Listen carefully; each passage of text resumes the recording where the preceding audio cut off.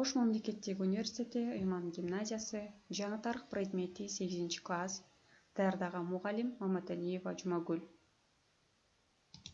Саламатсыңарбы балдар, бүгүнкү биздин сабагыбыздын темасы Түндүк Америка 18 кылымда. Бүгүнкү сабагыбызда жаңы терминдер менен иштейбиз. Америкадагы англиялык колониялар жана алардагы көз карансыздык үчүн согуштун башталышы, согуштун жүрүшү жана жыйынтыгы, Америка Кошмо Штаттарынын негизделиши тууралуу маалымат алабыз.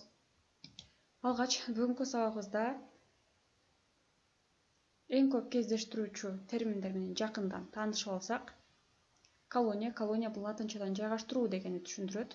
Биринчи мааниси бөтөн элдин бош же отурукташкан жерге зордук менен көчүп келип отурукташуусу. Экинчи, бул экономикалык жана саясий көз карандылыкта болуу менен өзүн басып алган мамлекеттин бийлигине өткөн өлкө. Метрополия бул көз каранды территориясы бар мамлекет. Бүгүнкү сабагыбызда биз Түндүк Американын 18 кылымдагы коомдук саясий турмушу жөнүндө маалымат алабыз. Түндүк Америка бул батыш жарым шардагы материк, аянты 20,36 миллион километр квадраты түзөт, калкы 530 миңден ашат. Түндүгүнөн Түндүк Муз океаны, батышынан Тынч океан, чыгышынан Атлантик океаны менен чулганат. Түштүк чеги негизинен Панама мойногу аркылуу өтөт. Америка материги 1492 жылы Кристофер Колумб тарабынан ачылган. Ал эми ушул окуядан кийин эле Түндүк Американын түштүк бөлүгүнө испаниялыктар келип отурукташа башташкан. Ал эми калган бөлүгүндө 18 кылымга чейин жергиликтүү калк индейлер жашашкан. Ал эми Американын айрым аймактарына ошол учурдагы Испаниянын ири атаандашы Англия көз арта баштаган. Ал эми 1588 жылы испаниялык жеңилбес армаданын жеңилиши менен Англия деңизге толугу менен ээлик кылган жана 1607 жылдан баштап Түндүк Американы колониялаштыруу саясатын Англия баштаган. Алгачкы Англиянын Америкадагы колониясы Лондондук соода компаниясы тарабынан негизделген 1607 жылы Виргинияда. Мындан көп өтпөй эле Америкадагы Англиянын колонияларынын саны 13кө жеткен. Жана ошондой эле келгендер менен жергиликтүү калктын ортосунда мамиле аябай жакшы болгон алгач, бирок убакыттын өтүшү менен бул эки тараптын ортосунда келишпестиктер пайда болгон. Анын себеби ушул келгендердин материкке тереңдеп кирип барышы өтө чоң коркунучту туудурган. Алар жергиликтүү калк өздөрүнүн жеринен айрылып калуудан чочулашып, аларга каршы чыгышкан. Колонисттер отурукташкан аймактарда, түндүк жана түштүк аймактарда чоң айырмачылыктар байкала баштаган. Алсак, түштүк колонияларда жер ээлери күрүч, пахта, тамеки өстүрүүчү кеңири плантацияларга ээ болгон. Ал эми плантаторлор кара кулдарды сатып алышып, өз чарбаларында, өз жумуштарында кулдарды пайдаланышкан. Ал эми түндүккө келе турган болсок, түндүктө калктын негизги бөлүгүн чакан жер участоктори бар.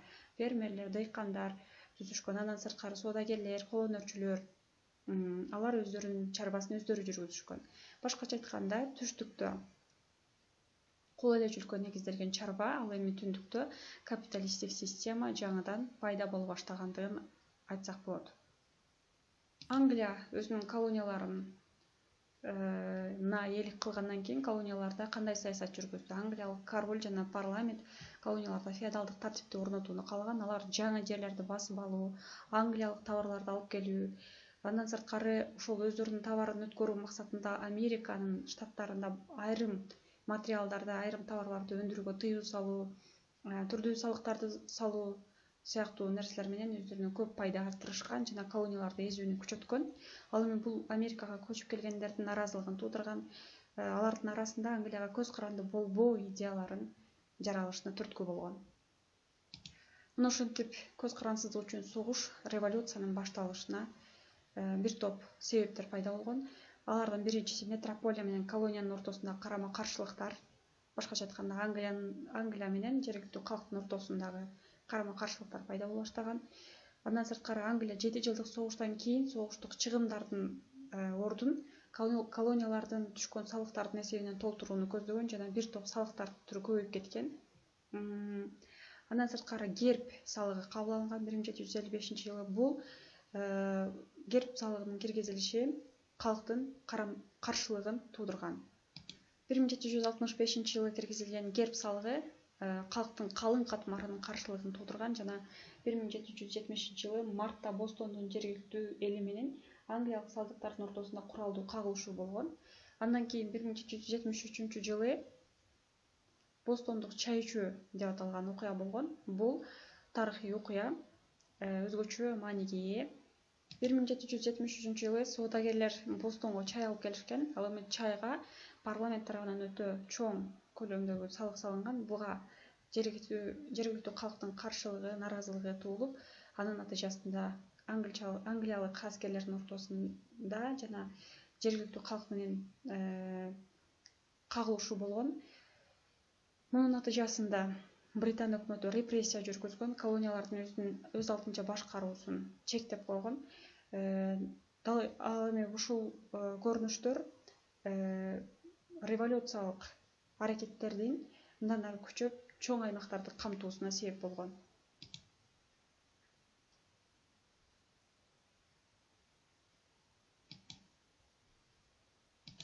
1774 жылы алгачкы континенталдык конгресс чакырылган. Бул конгрессте өз алдынча өкмөт түзүү идеясы көтөрүлүп чыккан. Ал эми англиялык король бул кыймылды токтотуу максатында бир канча аракеттерди көргөн, бирок бул эч кандай жыйынтык көргөзгөн эмес. 1775 жылы конгресс кайрадан чакырылып, ал конгрессте армия түзүү маселеси көтөрүлгөн жана армияга Джордж Вашингтон дайындалган. Кол башчы катары Джордж Вашингтон баш болгон. Дал ушул армия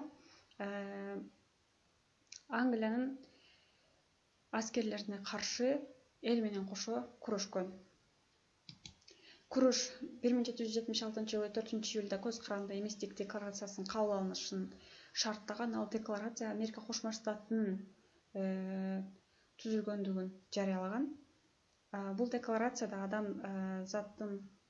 инсандын укугу, менчик, эркиндик, бийликтин элге таандыктыгы сыяктуу нерселер жазылган. Жогоруда айткандай эле, декларация бийликтин элге таандыктыгын, эркиндик, менчик сыяктуу маселелерге токтолгон жана бул өз учурунда прогрессивдүү өзгөчө документ, тарыхый документ катары тарыхта калды. Анын автору Томас Джефферсон болгон. Дал ушул декларациянын кабыл алынганына карабастан, Американын өз алдынча өлкө болуп жарыяланганына карабастан, күрөш өзгөчө чоң каршылыктар менен коштолгон жана 1775-1780 жылдары жарандык согуш менен коштолгон. Бул согушта көз карандысыздын талапкерлери, жергиликтүү калк, буржуазия жана аларга каршы ак сүйөктөр, жер ээлөөчүлөр, королдук чиновниктердин ортосунда айыгышкан күрөш жүргөн. Бул күрөштө Америка, Франция жана Испания менен союз түзгөн. Анткени Франция жана Испания Американын атаандашы, Англиянын атаандашы болуп эсептелген. Ал эми бул эки өлкө Англиянын алсыздануусун аябай мындай жан деле менен каалаган өлкөлөр болушкан. Англия менен Франция жана Испаниянын ортосундагы атаандашууну Америка өтө билгичтик менен колдонуп кеткен жана өзүнүн мындан аркы революциянын жеңишине анын ушул акылмандык менен пайдалануусу ушул абалды өзгөчө шарт түзүп берген.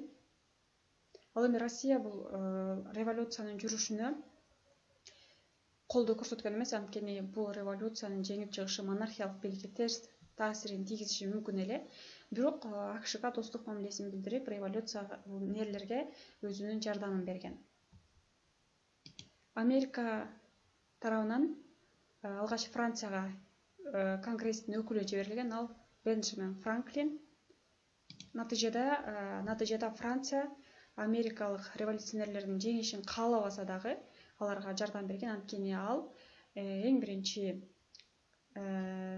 каалоосу өзүнүн ири атаандашы Англиянын алсыздануусу болгон. Ошентип башка өлкөлөрдүн аралашуусу менен, Англиянын ири атаандаштарынын аралашуусу менен, кийлигишүүсү менен Америкадагы революция жеңишке жетти. 1781 жылы англичандар багынып берген. 1783 жылы Англия Американын көз карансыздыгын тааныган. Ошондой эле Америкада ушул жылдан тартып монархия кулатылып, республика орногон. Ал эми 1787 жылы Филадельфияда конституция кабыл алынган. Президенттик бийлик орноп, штаттар өз конституцияларын жана өз алдынча башкаруусун сактап калган. Борборлошкон федеративдик мамлекеттик аппарат түзүлгөн. 1789 жылы Джордж Вашингтон АКШнын алгачкы президенти болуп шайланган. 1787 жылы кабыл алынган конституция 1791 жылы бир канча оңдоп түзөтүүлөр киргизилип, ал укуктар жөнүндө бил деп аталган. Ал оңдоп түзөтүүлөр сөз эркиндиги, басма сөз, инсандын кол тийбестиги тууралуу нюанстарга токтолгон. Өзүнүн таптык чектелгенине карабастан, Америкадагы бул революция буржуазиянын монархиялык бийликтин үстүнөн ири жеңиши катары эсептесек болот. Ал АКШнын Америка Кошмо Штатынын андан ары өнүгүүсүн тездеткен. Түндүк Америкадагы революция эл аралык чоң мааниге ээ. Ал биринчиден дүйнөдөгү кул өлөчүлүк чоң мамлекеттин, ири мамлекеттин түзүлүшүнө алып келген. Экинчиден Европадагы революциялардын жүрүшүнө өзүнүн түздөн түз таасирин тийгизген. Тапшырма балдар, биздин бүгүнкү өткөн темабыз боюнча суроо: АКШнын Англиянын жеңүүсүнө эмнелер түрткү болду деген суроого жооп бересиңер. Андан сырткары Томас Джефферсон, Джордж Вашингтон, Бенджамин Франклин сыяктуу революциянын көрүнүктүү ишмерлеринин өмүр баяны менен таанышасыңар жана алардын өмүр баянын чагылдырган кластер түзөсүңөр. Ушуну менен сабагыбыз аяктады. Саламатта калгыла.